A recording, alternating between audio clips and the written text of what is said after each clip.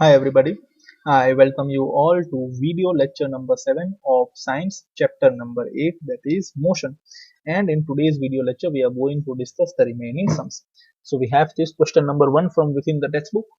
A bus starting from rest, તો એનાથી આગળ નથી વાંચવાનું, starting from rest, so initial velocity થઈ જશે 0, moves with a uniform acceleration of 0.1 meter per second square, so a is equal to 0.1 for 2 minutes. 2 minutes એટલે 120 seconds.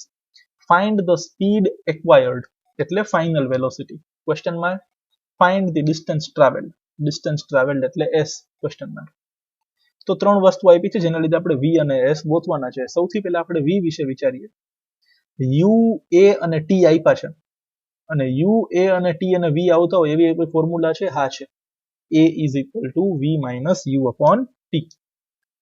Right, acceleration ની formula છે. આમાં આપણે બધી વેલ્યુ મૂકશું એક્સેપ્ટ v, બરાબર ને? a ની જગ્યાએ 0.1, u ની જગ્યાએ 0, ટાઈમ ની જગ્યાએ 120. v આપણે મળશે 120 ને 0.1 સાથે મલ્ટીપ્લાય કરો so we get 12.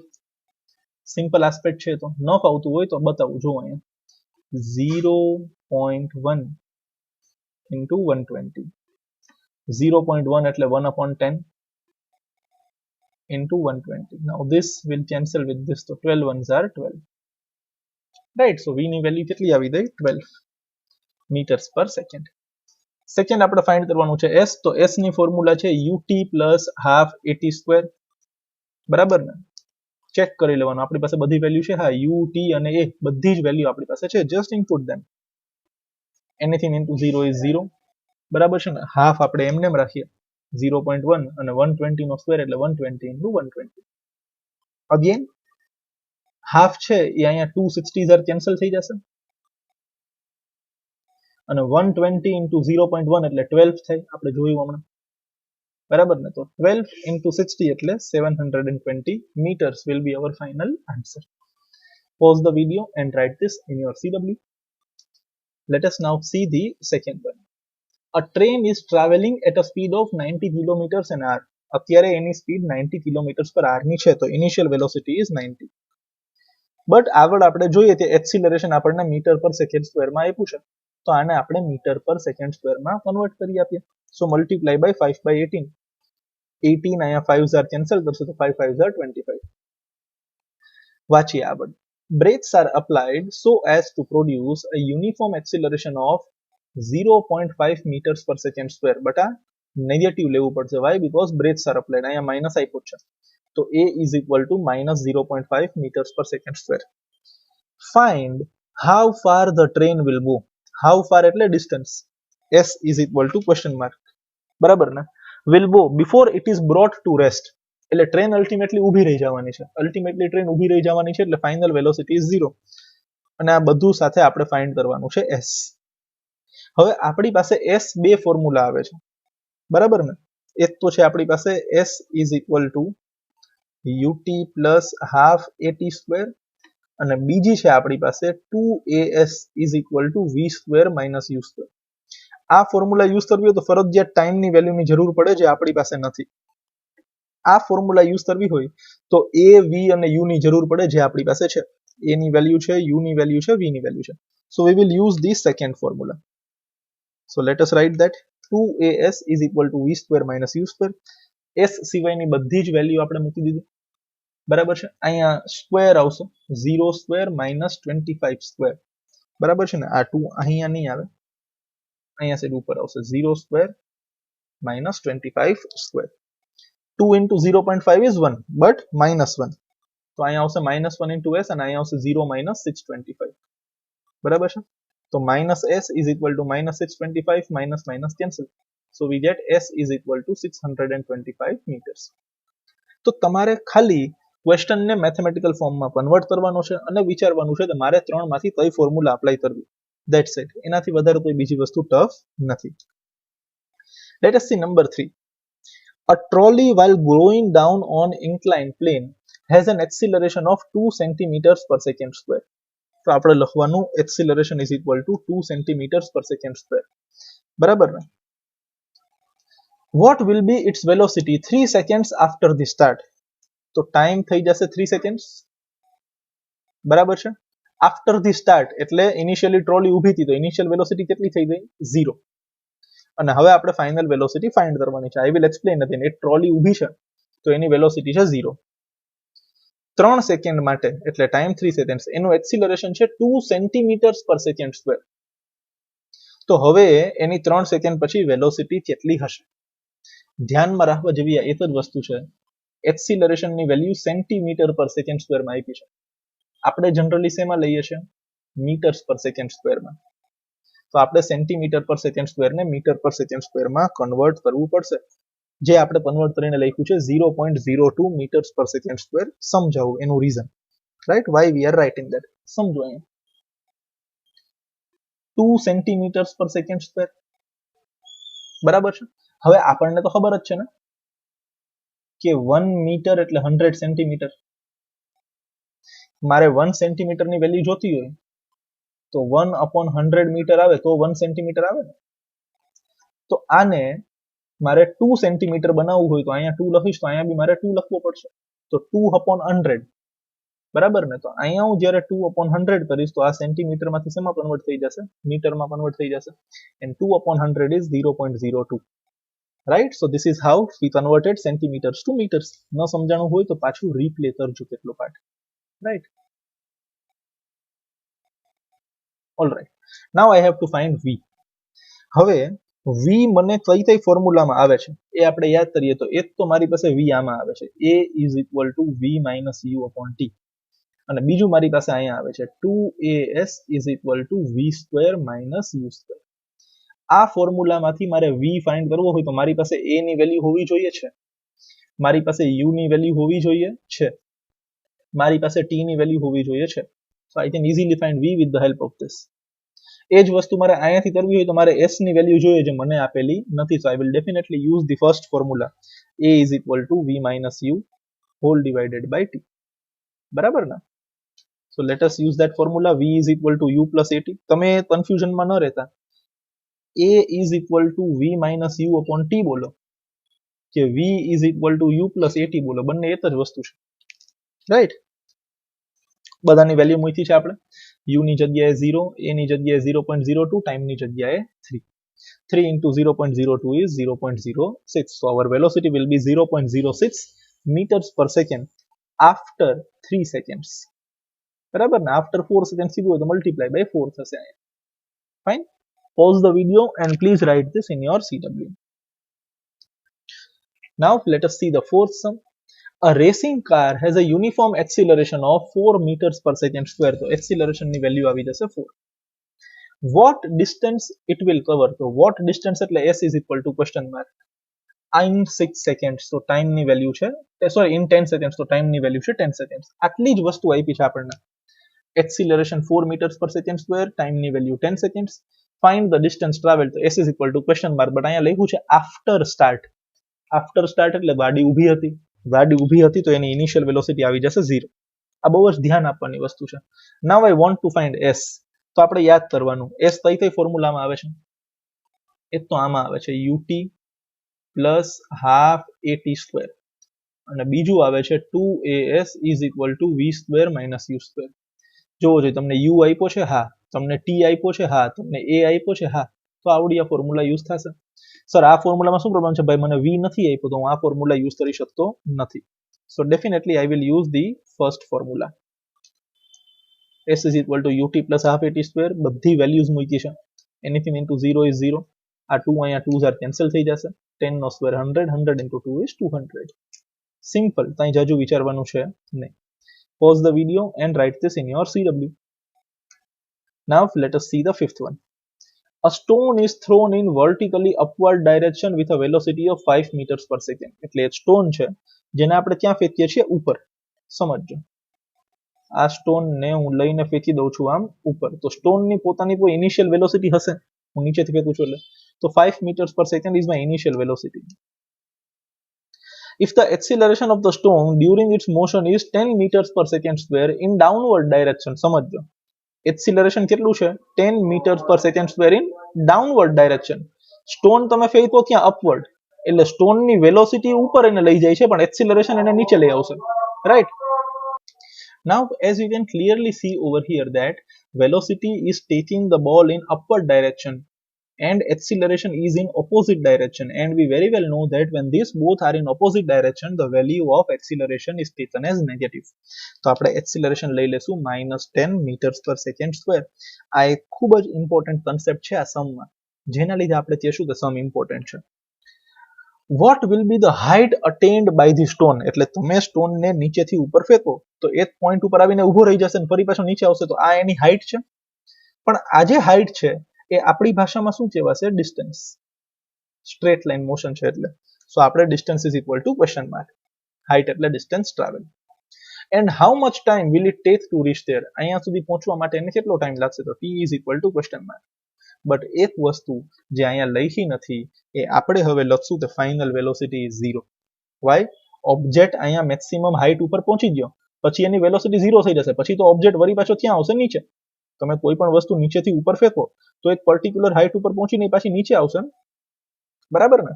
તો ફાઇનલ વેલોસિટી એની આ પોઈન્ટ ઉપર શું બની જશે? 0. પછી ફરી પાછો પોતાનું મોશન ચાલુ કરશે. તો આ વસ્તુ ક્યાંય લખી નથી બટ આપણે લખવી પડશે. Very much important, right? હવે તો અગેન એ જ સિમ્પલ કન્સેપ્ટ, શું ફાઇન્ડ કરવું છે? એસ. એસ ની શું ફોર્મ્યુલા છે? U t plus half a t square. પણ ક્યાંય આપ્યો છે? ટી નથી આપ્યો, તો આપણે u t plus half a t square use કરી શકવાના નથી, બરાબર ને? બીજો કઈ ફોર્મ્યુલા યુઝ કરી શકીએ આપણે એસ માટે? 2as is equal to v square minus u square.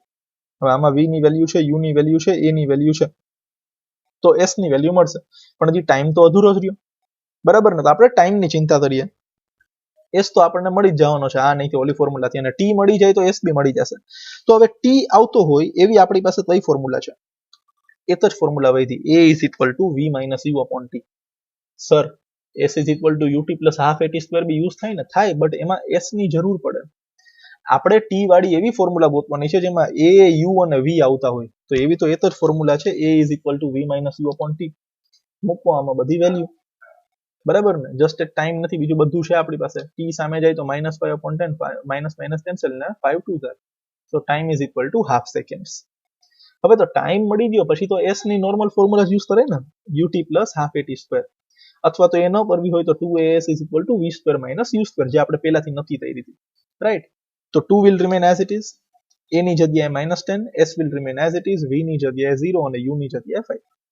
2 into -10 is -20s, અને અહીંયા છે -25. 5 નો સ્ક્વેર 25 આવર છે માઇનસ, બરાબર છે? 20 ક્યાં આવી જશે? અહીંયા નીચે. બંને જગ્યાએ માઇનસ માઇનસ કેન્સલ, તો 25/20 will give you 1.25 meters. So this will be the maximum height that will be attained by the stone. અને અટેન કરવામાં ટાઈમ કેટલો લાગશે? Half seconds. Pause the video and write this down in your CW. Fine. Now we will look into the exercises. There are 10 questions and let us discuss them one by one. An athlete completes one round of a circular track of diameter 200 meters in 40 seconds. સમજો, આ એક circular track છે, એ બી એનો diameter છે, બરાબર છે?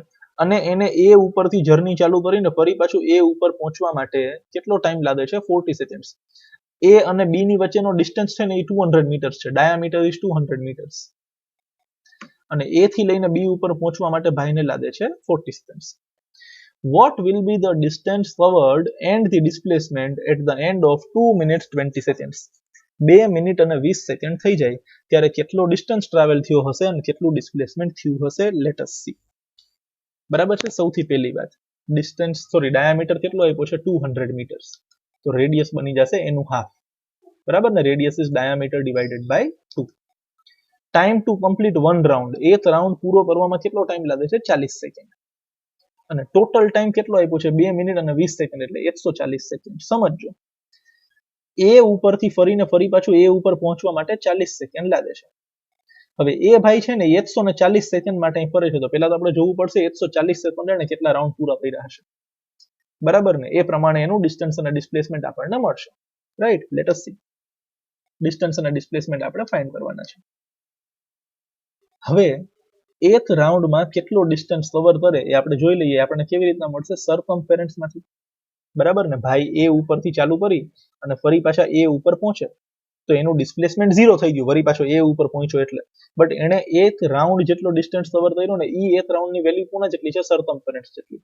તો સર્કલનો સર્કમફરન્સ કેટલો હશે? 2πr. એની ફોર્મ્યુલા છે 2 ની જગ્યાએ 2, પાઈ ની જગ્યાએ 3.14 ને રેડિયસની જગ્યાએ 100. when we multiply we get 628 meters. તો એક રાઉન્ડ પૂરો થાય તો 628 મીટર ભાઈ પૂરું કરે છે ડિસ્ટન્સ. બરાબર છે. હવે આપણે જોવાનું છે કે 40 સેકન્ડમાં એક રાઉન્ડ પૂરો થાય તો 140 સેકન્ડમાં કેટલા રાઉન્ડ પૂરા થાય? બરાબર ને? Number of round completed after 140 second. તો total time divided by time for one round. Total time છે 140 સેકન્ડ, એક રાઉન્ડ માટેનો ટાઈમ છે 40, તો 3.5 રાઉન્ડ આન્સર આપણી પાસે આવે છે. સીધી વસ્તુ છે. જો એક રાઉન્ડ પૂરો થઈ ગયો 40 સેકન્ડ, બીજો રાઉન્ડ પૂરો થઈ ગયો 80 સેકન્ડ, ત્રીજો રાઉન્ડ પૂરો થઈ ગયો 120 સેકન્ડ. હવે મારી પાસે બીજી 20 સેકન્ડ છે, તો 20 સેકન્ડમાં તો ભાઈ અહીંથી અહીંયા પહોંચશે ને, રાઈટ? તો 3.5 રાઉન્ડ થયા. ક્લિયર? બરાબર છે. ટોટલ ટાઈમ 140 સેકન્ડ છે અને એક રાઉન્ડ પૂરો થાય છે 40 સેકન્ડમાં. તો ભાઈ ટોટલ ટાઈમમાં 3.5 રાઉન્ડ પૂરા કરે છે. હવે 3.5 રાઉન્ડની અંદર ડિસ્ટન્સ કેટલો કવર થયો? એક રાઉન્ડની અંદર 628 મીટર્સ. તો 3.5 રાઉન્ડ માટે 3.5 ને 628 સાથે મલ્ટીપ્લાય કરવો પડશે. સો વી વિલ મલ્ટીપ્લાય 628 and 3.5. તો આન્સર આવી જશે 2198 મીટર્સ. સમજજો, આમાં કંઈ ટફ નથી. એણે આપણને કીધું છે આ સર્કલનો રેડિયસ આપ્યો છે, એ તો ઓબ્વિયસ છે. એક રાઉન્ડ પૂરો કરવા માટે 40 સેકન્ડ લાગે છે અને જે ભાઈ છે ને એ ટોટલ 140 સેકન્ડ માટે આની ઉપર દોડે છે. બરાબર છે. હવે મારે 140 સેકન્ડ પૂરી થઈ જાય ત્યાં સુધીનું ડિસ્ટન્સ અને ડિસ્પ્લેસમેન્ટ ગોતવાનું છે. તો મારે 140 સેકન્ડમાં ભાઈએ કેટલા રાઉન્ડ પૂરા કર્યા એ તો ગોતવા પડશે. કેટલા રાઉન્ડ પૂરા કરશે? 3.5. અને ભાઈ એક રાઉન્ડ પૂરો કરે છે તો કેટલો ડિસ્ટન્સ ટ્રાવેલ કરે છે? 628. પછી બંનેને મલ્ટીપ્લાય કરીશ તો મને ટોટલ ડિસ્ટન્સ મળી જશે. એવી જ રીતના હું ડિસ્પ્લેસમેન્ટ જોઉં તો આપણી વાત થઈ કે 3.5 રાઉન્ડ પૂરા થઈ તો ભાઈ આ એક રાઉન્ડમાં ફરીને એ ઉપર, બીજા રાઉન્ડમાં ફરીને એ ઉપર, ત્રીજા રાઉન્ડમાં ફરીને એ ઉપર. હવે છેલ્લો અડધો રાઉન્ડ તો એ થી લઈને બી ઉપર આવ્યા. તો મારી ઇનિશિયલ પોઝિશન શું હતી? એ. મારી ફાઇનલ પોઝિશન કઈ થઈ? બી. તો મારું ડિસ્પ્લેસમેન્ટ કેટલું થયું? એ બી જેટલું. બરાબર ને? તો મારું ડિસ્પ્લેસમેન્ટ એ બી જેટલું થઈ જશે. એ બી એટલે ડાયામીટર, અને ડાયામીટરની વેલ્યુ કેટલી છે? 200. તો ડિસ્પ્લેસમેન્ટનો આન્સર આવશે 200 મીટર્સ. ખૂબ જ નાનો સમ છે, પણ છતાં લોકોને આમાં તકલીફ પડે છે.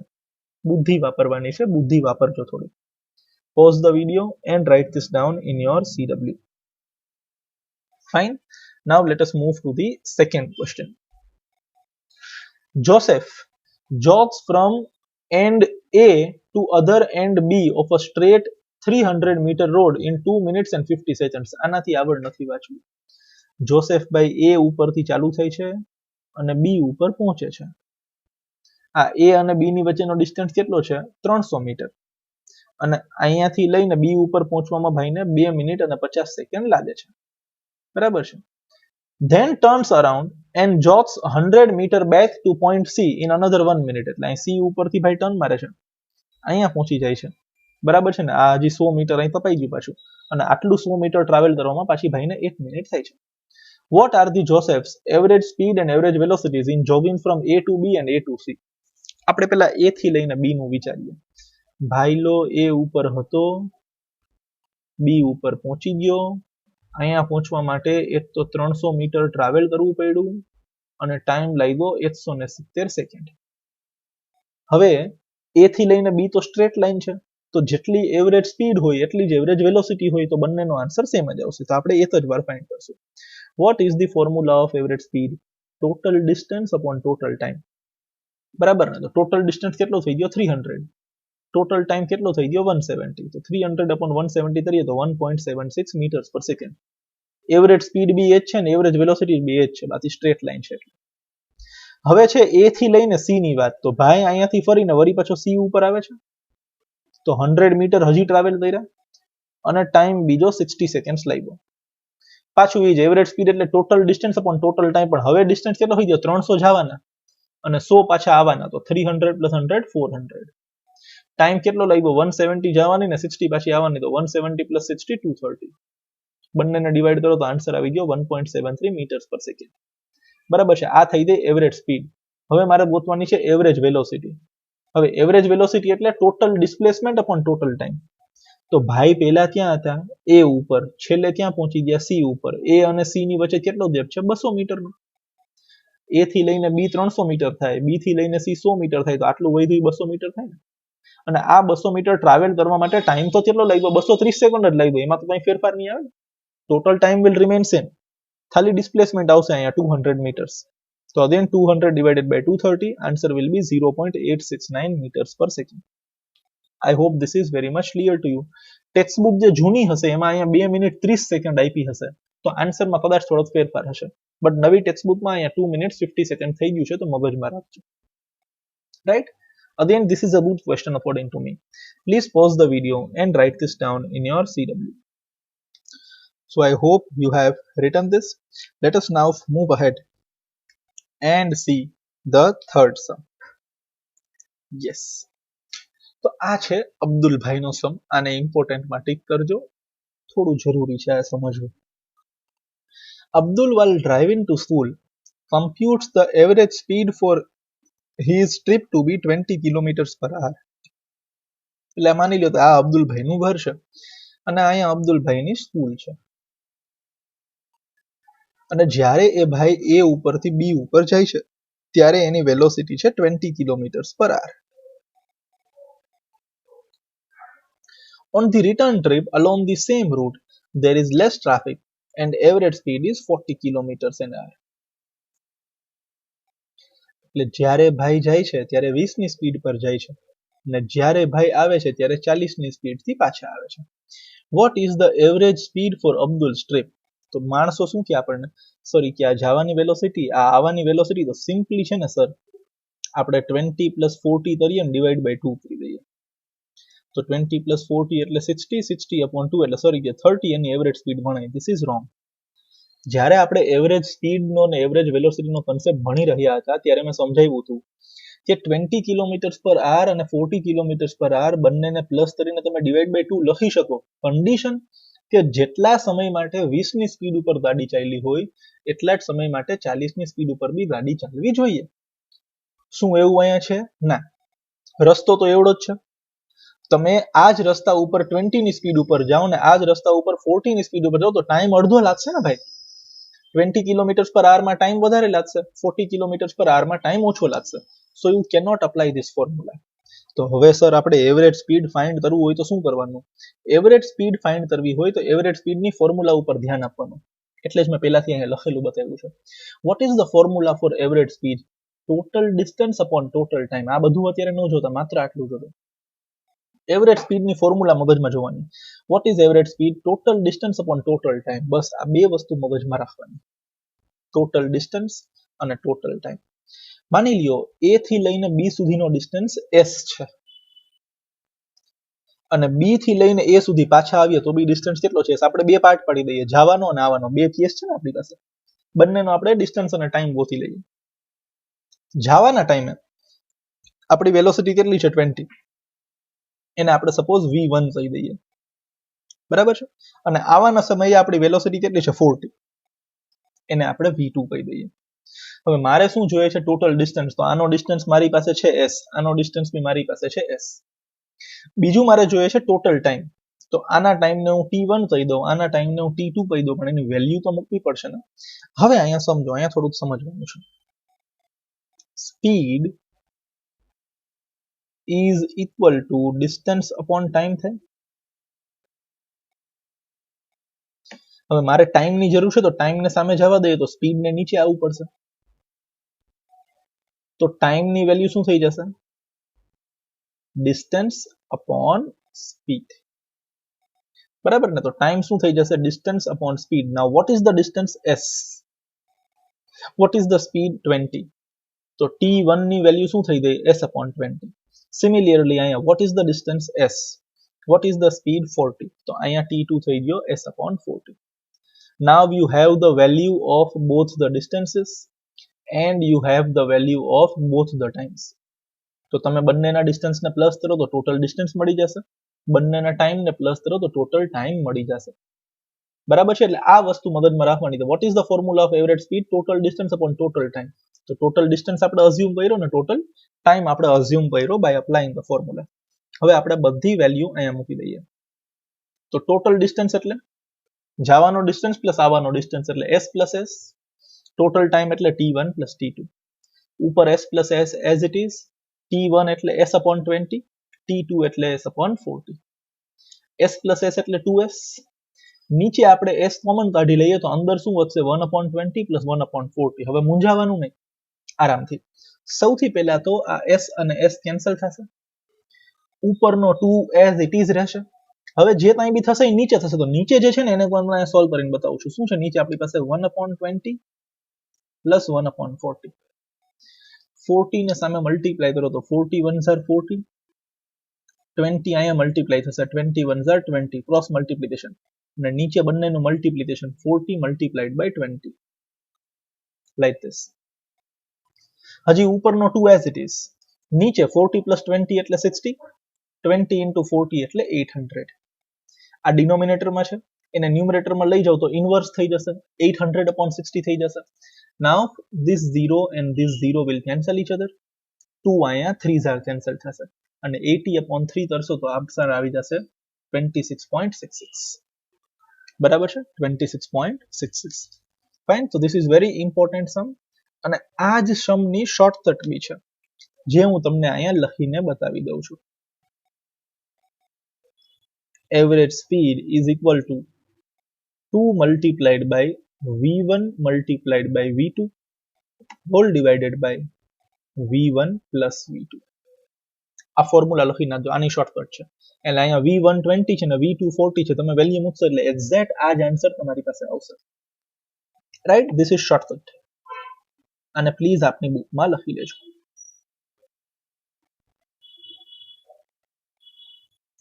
રાઈટ, તો ખૂબ જ ઇમ્પોર્ટન્ટ સમ છે.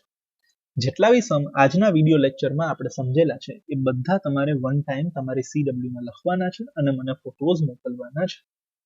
બરાબર છે. નેક્સ્ટ વિડીયો લેક્ચરની અંદર આપણે બાકીના સમ અને ક્વેશ્ચન આન્સર્સ ફિનિશ કરી આપશું. એના પછી ટેસ્ટ, હોમવર્ક, નેક્સ્ટ ચેપ્ટર થયું લેશું, એનું અનાઉન્સમેન્ટ થઈ જશે. Till then take very good care of yourself. Goodbye. સમ ખૂબ જ ઇમ્પોર્ટન્ટ છે, ખૂબ જ ધ્યાન લગાવીને કરજો. ડાઉટ હોય તો ફોન કરો, તમે ફીસ ભરેલી છે એના માટે. Right, please call me. Thank you very much. Goodbye.